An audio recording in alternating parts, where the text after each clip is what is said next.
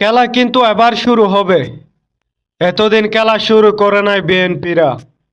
আপনারা এদিকে ভোট করেন ভোট করেন বলে বলে চিল্লাইয়া মরে যাচ্ছেন। আর যদি ইউনূস সরকার ইলেকশন নাই করে, তাহলে আপনারা কি করবেন শুনি। প্রধান উপদেষ্টা ডক্টর ইউনূস বলেছেন, চলিত বছরের শেষ দিকে নাকি নির্বাচন হতে পারে। তবে এখানে আপনারা মাথায় রাখবেন, বছরের শেষ দিকে ইলেকশন হতে পারে বলছে, তবে ইলেকশন হবে এটা কিন্তু সে বলে নাই।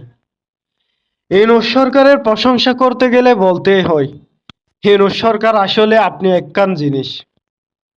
জাপান সরকারের এনএসকে সম্প্রচার মাধ্যমকে দেওয়া এক বিশেষ সাক্ষাৎকারে বছরের শেষ দিকে ইলেকশন হবে বলে এই কথা বলেন মোহাম্মদ ইউনূস।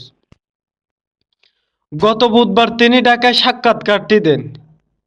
তিনি কিভাবে দেশ পুনর্গঠনের পরিকল্পনা করেছেন সেই কথাও সাক্ষাৎকারে বলেন।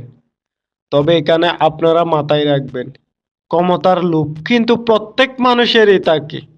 সুযোগ পেয়ে কেউ ক্ষমতা হাতছাড়া করবে না। ছাত্র জনতার গণ অভ্যুত্থানে গত বছরের 5 আগস্টে শেখ হাসিনা সরকারের পতন হয়, সেটা তো আপনাদের প্রত্যেকেরই মনে আছে। এরপর বাংলাদেশের অন্তর্বর্তী সরকারের প্রধান উপদেষ্টা হন মোহাম্মদ ইউনূস। তবে আপনাদের তো এটাও মনে আছে, ডক্টর ইউনূস কিন্তু নিজে নিজে সরকারে আসে নাই, সেটা তাকে জনগণে বা ছাত্ররা মিলেই দিয়েছে। এনএসকের প্রতিবেদনে বলা হয়, বাংলাদেশ যাতে স্বনির্ভর হয়, শক্তিশালী হয়, সেটি নিশ্চিত করতে চান শান্তিতে নোবেল জয়ী মোহাম্মদ ইউনূস। মোহাম্মদ ইউনূস বলেন, আমরা যখন ক্ষমতায় এসেছিলাম তখনকার পরিস্থিতি বিবেচনায় আমি মনে করি আমরা অনেক দূরে গিয়েছি। কারণ এটি ছিল পুরোপুরি বিধ্বস্ত সমাজ, বিধ্বস্ত অর্থনীতি, বিধ্বস্ত রাজনৈতিক ব্যবস্থা, বিধ্বস্ত বিচার ব্যবস্থা, সবকিছুই বিধ্বস্ত। ধরতে গেলে বাংলাদেশ একেবারেই ধ্বংস। আসলে এখানে কিন্তু ডক্টর ইউনূস মিথ্যা বলে নাই। স্বৈরাচার সরকার আমাদের কাছ থেকে যা কিছু কেড়ে নিয়েছে, এটা তো বলতে গেলে অনেক সময় লাগবে। আর আপনারা তো খুব ভালো করে জানেন। যাক, আমি ওদিকে যেতেই চাই না। আমি মনে করি গণতান্ত্রিক দেশের জন্য নির্বাচন একটি অপরিহার্য পদক্ষেপ। মোহাম্মদ ইউনূস বলেন, নির্বাচন অনুষ্ঠানের সম্ভাব্য সময় হতে পারে চলিত বছরের শেষ দিকে। তবে সেখানে ডক্টর ইউনূস এই কথাও বলেন, যদি দেশের অর্থনীতি, ব্যবস্থানীতি সবকিছু ভালো থাকে তাহলে নির্বাচন হবে।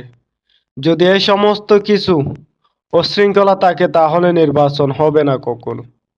মোহাম্মদ ইউনূস বলেন, যখন নির্বাচন হবে অথবা যারা নির্বাচিত হয়ে সরকারে আসবে, তারা কাজ করার জন্য খুব নিরাপদ ও দৃঢ় ভিত্তি পাবে। সে ব্যবস্থা করার পরে ইলেকশন হবে, নয়তোবা আমার বদনাম হয়ে যাবে। আসলে আমি মনে করি দেশের মধ্যে এখন ইলেকশনের কোনোই প্রয়োজন নাই। দেশের মধ্যে এখন আমরা স্বাধীনভাবে কথা বলতে পারতেছি, স্বাধীনভাবে চলাফেরা করতে পারতেছি। এর চেয়ে দেশের মধ্যে আমাদের আর কি লাগে, কিসের প্রয়োজন আর। আবার দেশের তরুণরা ভবিষ্যতে প্রভাবশালী হয়ে উঠবেন বলে আশা প্রকাশ করেন ডক্টর মোহাম্মদ ইউনূস। ইউনূস সরকার আরও বলেন, গত বছরের গণ অভ্যুত্থানে তরুণেরা মুখ্য ভূমিকা রেখেছিলেন, আর যুবকদের গুণা আর ঋণ পরিশোধ করার ক্ষমতা আমাদের নেই। মোহাম্মদ ইউনূস বলেন, তরুণরা কি করতে চায় জানেন? তারা তাদের সৃজনশীল শক্তি দেখাতে চায় এবং তা বিশ্বের কাছে তুলে ধরতে চায়।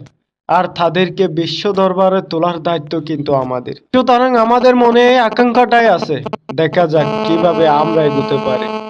আপনারা আপনাদের মতামতটি খুব সুন্দর করে জানাবেন। আপনারা আপনাদের মতামতটি জানাতে কেউ ভুলবেন না প্লিজ।